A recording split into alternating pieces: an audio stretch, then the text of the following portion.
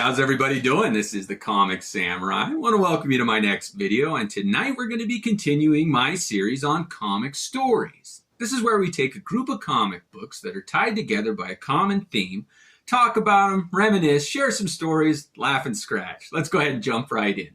Tonight's theme is going to be flashbulb comics. Now, a flashbulb memory is one that is tied to a very specific time or place or an event in your life. And a flashbulb comic book is one where when you look at it, you're instantly transported to a certain circumstance in your life. Let's go ahead and jump right in. First off, we got this Kingdom Come #1. And when I look at this comic book, I am instantly transported to Batavia, New York. The story goes, when I graduated from college, my first job was selling encyclopedias door to door. And I got in with this company and they sent me to Batavia, New York. And I very quickly learned that I am not a salesman. It was not a good fit. And I had some dark days. And when I was at my end of my rope, I decided to take a day off and I went to the mall and they had a Walden bookstore there. And they carried this comic book. And I hadn't looked at many lately. And I thought, you know what? If anything will elevate my mood or make me feel better, I can get a little bit of an escape and just enter the world of comic books. And I opened this one, and I think you'll agree with me that this was unlike anything I had ever seen before. That Alex Ross art just transported me to a different place, and it let me forget about my worries for a while. And if you have any stories like that, comic books that really just brought you up when you needed it, I'd love to hear about it. Let's go ahead and move on. Next up, we got World's Finest Comics, number 303. And when I see this comic book, it instantly reminds me, makes me think of my best friend, Dave. He lived next door to me, and when we were kids, he was really into comic books. And he had a stack of superhero comics. He really liked Daredevil and Captain America and Silver Surfer. And he happened to have this one. And I'd never seen one that was so dark on the cover before. That Klaus Janson art with the skulls rotting away and the bubbles, the pustules on Superman and Batman in that weird costume. I just had to know what the story was about. And we were so young that I wasn't a very good reader yet, but I was able to look at the pictures and I could see what the story was about and get a good idea of what was going on. And that's the sign of a good comic book. So if you have any early comics that you didn't necessarily need to read, but you could just get a good idea of what the story was from the pictures, I'd love to hear about it. All right, moving on, we got Superman number 199. And when I see this picture, I instantly think of Durango, Colorado. And the story on this one involves a woman, and don't most good stories have a girl involved? So I had a girlfriend, and I drove down to Durango, Colorado to visit her. And she was at work still, so I went next door, and they had an antique shop. And when I was looking through the items there, they had some comic books. And this one stood out like a sore thumb. I mean, I was drawn to it. And it was in a Ziploc freezer bag. Remember those that had the yellow and blue make green strip on the top? Anyway, every time I see this comic book, I'm thankful for Durango, Colorado. Now, things didn't go too good with the girl, but it all worked out in the end, I guess. Next up, we got the X-Men number 97. And this one reminds me of Albuquerque, New Mexico. My wife and I took a vacation there one time. She was going to nursing school. And we went into this shop. And it was like a pawn shop / coffee shop. They had used video games, magazines, books, tea, coffee, and those boba drinks. Remember those? They had the like gelatin bubbles in it with the really big straws. It was a weird mix. And it's the strangest store I've ever been in. And they had a couple of comic books.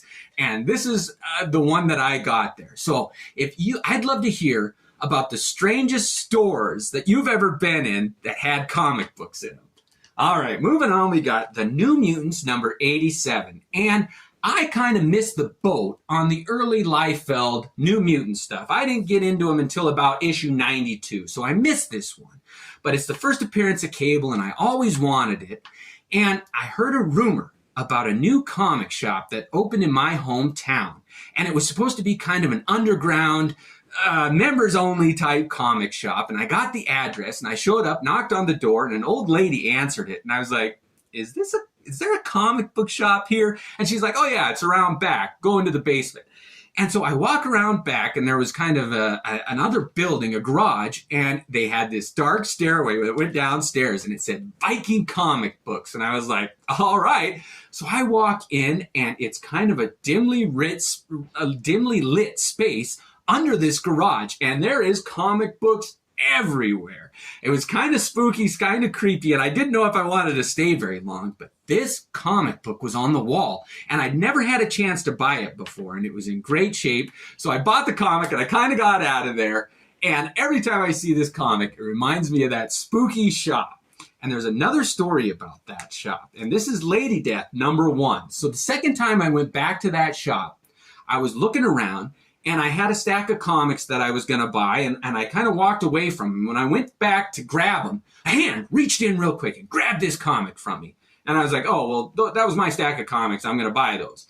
And this other comic collector said, no, it's mine. I'm buying it. And I was like, all right, dude, I'm not going to fight you over it. I mean, you can have it if you want, if it means that much to you. I didn't know much about Lady Death. I liked this chromium cover, and I really wanted it.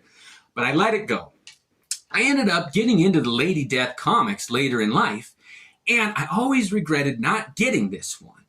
But my wife had a friend who was getting out of comic books, and she knew that I liked them, so she gave me a box. And as I was flipping through, this comic book was in there. So it's kind of a convoluted story, but that's how this comic book found its way to me. And I would love to hear your stories about comic books that were just fated to end up in your hands someday.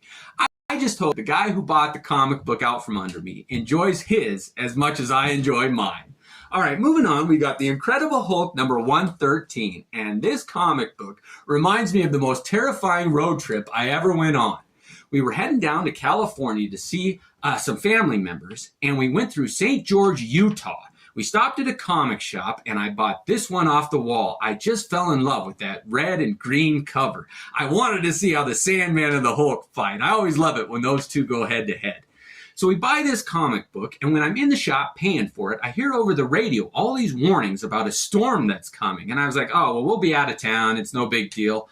And we left, and that sky was black. And there's a pass between St. George, Utah, and Mesquite, Nevada, where we were trying to get to. And I have never seen rain like that. I'm from Montana, so I'm used to bad weather, but I had never seen torrents of rain coming down like that. It was like something out of a Tolkien novel on Mount Doom. Oh, it was frightening. No other cars on the road. The road ended up getting washed out, the interstate between Mesquite and Las Vegas, so we were stuck there for a while. But we ended up making it to Sacramento, California.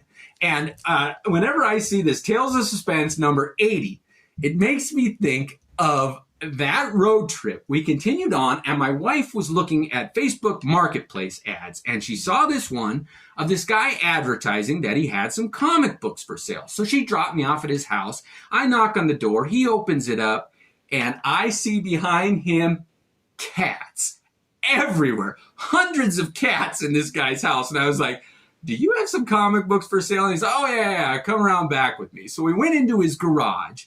And thankfully, there weren't any cats out there. And I bought some Silver Age comic books from him, including this one. And it's, oh man, it's one of the first appearances. If not, I think it might be the first Cosmic Cube comic book. And I just love when they introduced that. It's kind of like an Infinity Gauntlet, but a wish that you have is granted. And I love that kind of story.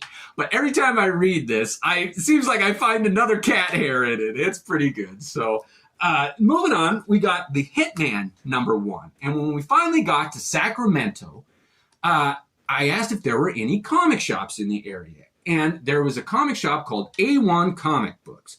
And they're still around. They do some unboxing videos on YouTube every once in a while. They're real nice. And they were having a half-off sale the day I went in. And apparently, I mean, there were a lot of people in there. It was a big event. And I just happened to go on that day. And they had one of the most effective advertising techniques that they had. On the back of all of their backing boards, they put a stamp with A1 Comics and their address. And I still run into those backing boards and I'm like, that is pretty effective. It catches my eye every time I see it. But the story about this comic book is that I always wanted the Hitman series with Garth Ennis writing and John McCrae doing the art. And so I bought almost the whole series. And I had a stack of comic books about 2 feet high that I had brought up to the counter. And they had some helpers who were not comic book people working the desk just because of the high volume. And this one young lady was helping me, and she stacked them all up. And I went to reach for my wallet to pay. And that stack of comic books fell onto the floor, and it was like a tidal wave. And she's trying to grab them, and they're slipping through her fingers, landing on the floor. And I was just like, oh, no. Those are all my comics. And anyway, we picked them all up, and the damage was pretty minimal, but I do remember all those comic books falling on the floor. There had to be about 100 of them. All right, moving on. Last one, we got The Incredible Hulk number 229. And every time I see this comic book, it takes me back to being 6 years old. I went to a birthday party for a boy named Charlie, and his parents had put out a stack of comic books. And when you left, you could take one with you. And this is the one I took. And I had never really read a superhero comic before. My mom had a stack of funny books. Archie, Richie Rich, Little Lulu, things like that. And I loved those, the advertising in them, the jokes, the humor. But this one was unlike those. It had these bright colors, these battles, these dynamic page layouts, and I'd just never seen anything like it. And when I saw that character of Doc Samson with the green hair and that lightning bolt across his chest, I just fell in love with superhero comic books that day. And this is the comic that led to my love of superhero comic books. And I'd love to hear your story about what was the catalyst that started your love and almost obsession, if you're like me, with comic books. So I hope you enjoyed tonight's episode, and thanks for watching. Have a good one.